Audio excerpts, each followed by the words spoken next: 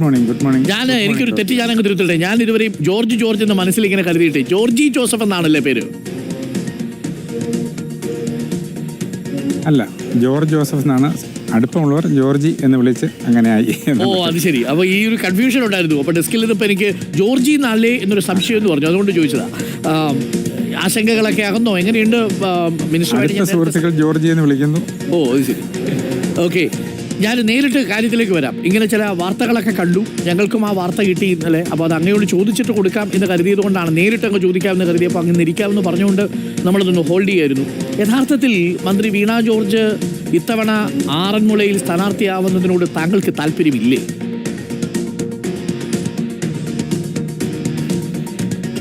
എനിക്ക് താല്പര്യമില്ല എന്ന് ഞാൻ പറഞ്ഞിട്ടില്ല. യഥാർത്ഥത്തിൽ അത് അത്തരത്തിൽ വാർത്ത വരാനുള്ള കാരണം കഴിഞ്ഞ ദിവസം കണ്ണൂരിൽ നടന്ന സംഭവങ്ങൾ നമ്മൾ കണ്ടല്ലോ. ആ സമയത്ത് ഞാൻ എൻ്റെ പത്തനംതിട്ടയിലെ വീട്ടിൽ, എൻ്റെ 2 കുഞ്ഞുങ്ങൾ തിരുവനന്തപുരത്ത്, വൈകിട്ട് വന്ദേ ഭാരത് ട്രെയിനിൽ തിരുവനന്തപുരത്ത് ചെല്ലുമെന്ന് കരുതി കുഞ്ഞുങ്ങൾ അവിടെ ഇരിക്കുന്നു. അപ്പോൾ ഈ വാർത്ത, അവിടെ ഉണ്ടായ പ്രശ്നം അറിഞ്ഞ് ഞാൻ വീണയെ വിളിക്കുമ്പോൾ എനിക്ക് ആ സംസാരം കേട്ടപ്പോൾ മനസ്സിലായി വളരെ അപ്രതീക്ഷിതമായ എന്തോ നടന്നിട്ടുണ്ട്. അപ്പം ഞാൻ പറഞ്ഞു, ഞാൻ അങ്ങോട്ട് വരികയാണ്. ശരി എന്ന് പറഞ്ഞു. അപ്പോൾ തന്നെ എനിക്ക് മനസ്സിലായി, സാധാരണ എന്നെ ഒരു കാരണത്താലും ബുദ്ധിമുട്ടിക്കാത്ത, ഒരു കാര്യത്തിലും എന്നെ ബുദ്ധിമുട്ടിക്കാത്ത വീണ, ഞാൻ അവിടെ വരെ ദീർഘദൂരം യാത്ര ചെയ്ത് ഉടൻ തന്നെ ചെല്ലാൻ പറയുന്നെങ്കിൽ അതിലെന്തോ കാര്യമുണ്ടെന്ന് എനിക്ക് മനസ്സിലായി. അപ്പോൾ ഞാൻ ഇവിടുന്ന് യാത്ര തിരിച്ചു. കാറിൽ അവിടെ ചെല്ലുമ്പോൾ വെളുപ്പിനെ 3 മണിയായപ്പോൾ അവിടെ ചെല്ലുന്നു. അപ്പോഴാണ് ഇതിൻ്റെ ഗൗരവം എനിക്ക് മനസ്സിലായത്. ശരിക്കും നടക്കരുതാത്തതാണ് അവിടെ സംഭവിച്ചത്. വളരെ വേദനയോടെ അവിടെ കഴിയുന്ന രംഗമാണ് ഞാൻ കാണുന്നത്.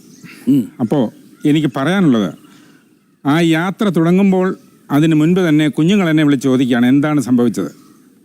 ഈ ദൃശ്യങ്ങൾ, അവിടെ നടന്ന ദൃശ്യങ്ങൾ ടി വിയിലൂടെ കണ്ട് കുഞ്ഞുങ്ങൾ ആകെ വിഷമിച്ച് കണ്ടിന്യൂസായി എന്നെ വിളിക്കുന്നു. അപ്പം ഞാൻ പറഞ്ഞു, ഞാൻ അങ്ങോട്ട് പോവുകയാണ്. അപ്പോൾ കുഞ്ഞുങ്ങൾക്ക് വരണമെന്നുണ്ട്, പക്ഷെ ഞാൻ അവരെ കൊണ്ടുപോകാൻ എനിക്ക് പറ്റുകയില്ല. അവർ തിരുവനന്തപുരത്താണ്. ഞാൻ അവിടെ ചെന്ന് വെളുപ്പിന് തന്നെ, രാവിലെ നേരം വെളുത്തപ്പോൾ തന്നെ കുഞ്ഞുങ്ങളുമായിട്ട് വീണയെ കൊണ്ട് സംസാരിപ്പിച്ചു. എന്നിട്ടും അവർക്ക് ആശങ്ക മാറുന്നില്ല. അപ്പോൾ ഞാനിങ്ങനെ അവിടെ കുഞ്ഞുങ്ങളുടെ പ്രയാസത്തിൽ എനിക്ക് വളരെ വേദനയുണ്ട്. ഞാൻ അങ്ങനെ ഇരിക്കുമ്പോഴാണ് 10 മണിയായപ്പോൾ ടി വിയിൽ വാർത്ത കാണുന്നു, വീണ്ടും വീണ ജോർജ് തന്നെ ആറന്മുളയിൽ മത്സരിക്കുമെന്ന് ജില്ലാ കമ്മിറ്റിയുടെ തീരുമാനം വന്നു. ജില്ലാ സെക്രട്ടറി, ഉടൻ തന്നെ ഞാൻ ജില്ലാ സെക്രട്ടറിയെ വിളിച്ച് പറഞ്ഞു. കാരണം എൻ്റെ മനസ്സ് ആകെ വിഷമിച്ച് കുഞ്ഞുങ്ങൾ ഈ പ്രയാസപ്പെടുന്നത് കണ്ടിട്ടാണ് ഞാൻ ഉടൻ തന്നെ ജില്ലാ സെക്രട്ടറിയെ വിളിച്ച് ഇത്രയും ഒന്ന് പറഞ്ഞു, ഇത്തവണ ഒന്ന് ഒഴിവാക്കിയാൽ നല്ലതായിരുന്നു, കുഞ്ഞുങ്ങളൊക്കെ ഒന്ന് വലുതായിക്കോട്ടെ എന്ന് പറഞ്ഞു. അല്ലാതെ ഞാൻ രേഖാമൂലം ഇത് കൊടുത്തു എന്നൊക്കെ പറയുന്നത് വളരെ പ്രയാസകരമായ ഒരു സംഗതിയാണ്.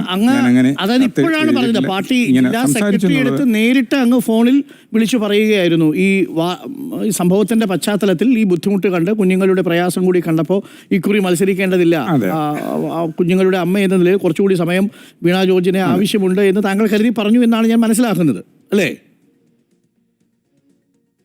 അതെ, അങ്ങനെയാണ് പറഞ്ഞത്. ഒരു പിതാവിൻ്റെ സ്ഥാനത്ത് നിന്നുള്ള ഒരു പറച്ചിലാണത്, അല്ലാതെ മറ്റ് കാര്യങ്ങളൊന്നുമില്ല.